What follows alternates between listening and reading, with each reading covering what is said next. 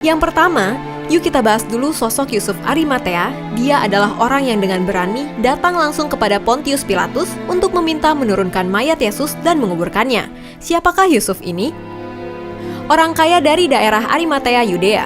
Berdasarkan apa yang ditulis di dalam Matius 27 ayat 57, Yusuf ini adalah seorang kaya dari daerah bernama Arimatea.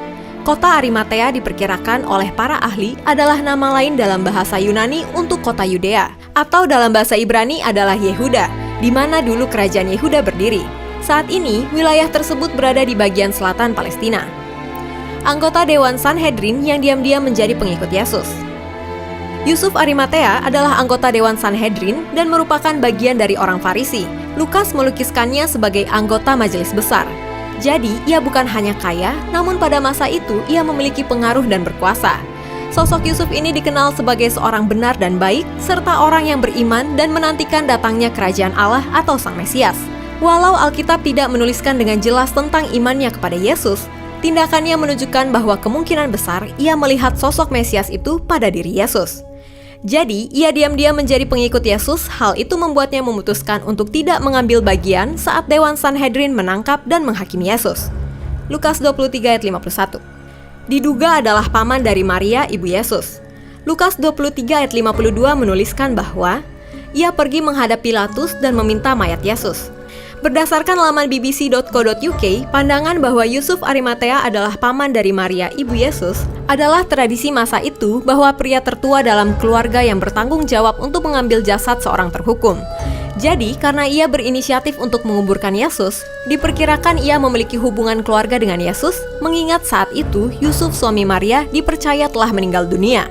Namun, beberapa ahli berpendapat hal itu ia lakukan karena Yusuf adalah pengikut Yesus yang saat itu paling memiliki pengaruh politik sehingga bisa datang kepada Pilatus secara langsung.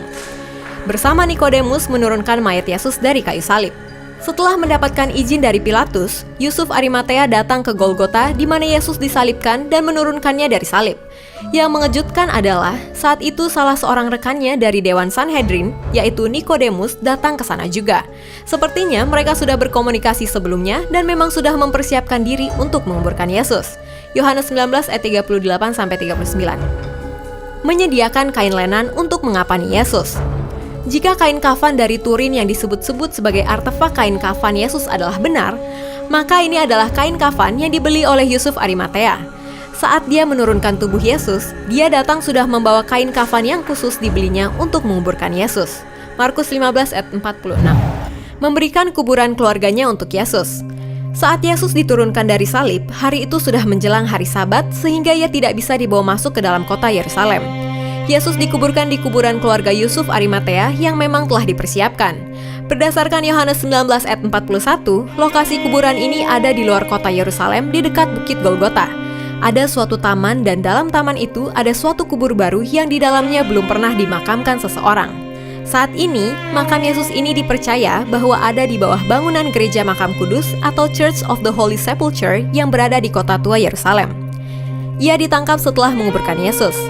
Berdasarkan literatur sejarah dari abad keempat atau 5 yang berjudul Gospel of Nicodemus atau Acts of Pilate, orang-orang Yahudi memenjarakan Yusuf Arimatea setelah melakukan penguburan Yesus, namun ia dilepaskan kembali ketika Yesus bangkit dan dipercaya menjadi salah satu saksi awal kebangkitan Yesus.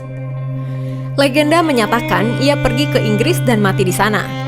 Para ahli yang menyelidiki hal ini tidak menemukan bukti otentik kecuali tulisan yang tertanggal pada tahun 1300-an, di mana Yusuf Arimatea dipercaya mengunjungi wilayah barat Inggris, di mana ia memberitakan Injil dan membangun kekristenan awal di Inggris. Wah, menarik ya fakta-fakta dari Yusuf Arimatea tadi. Bagaimana dengan fakta Alkitab tentang Nikodemus rekannya? Nantikan di seri Fakta Alkitab berikutnya ya. Demikian Fakta Alkitab. Kalau kamu suka dengan video ini, silahkan di-like, apalagi di komen. Karena itu hal yang paling kita tunggu supaya bisa menjadi berkat juga bagi yang lain. Jangan lupa di-share dan subscribe. Aktifkan tombol lonceng kamu untuk notifikasi video-video terbaru kami. Terus saksikan Fakta Alkitab. God bless!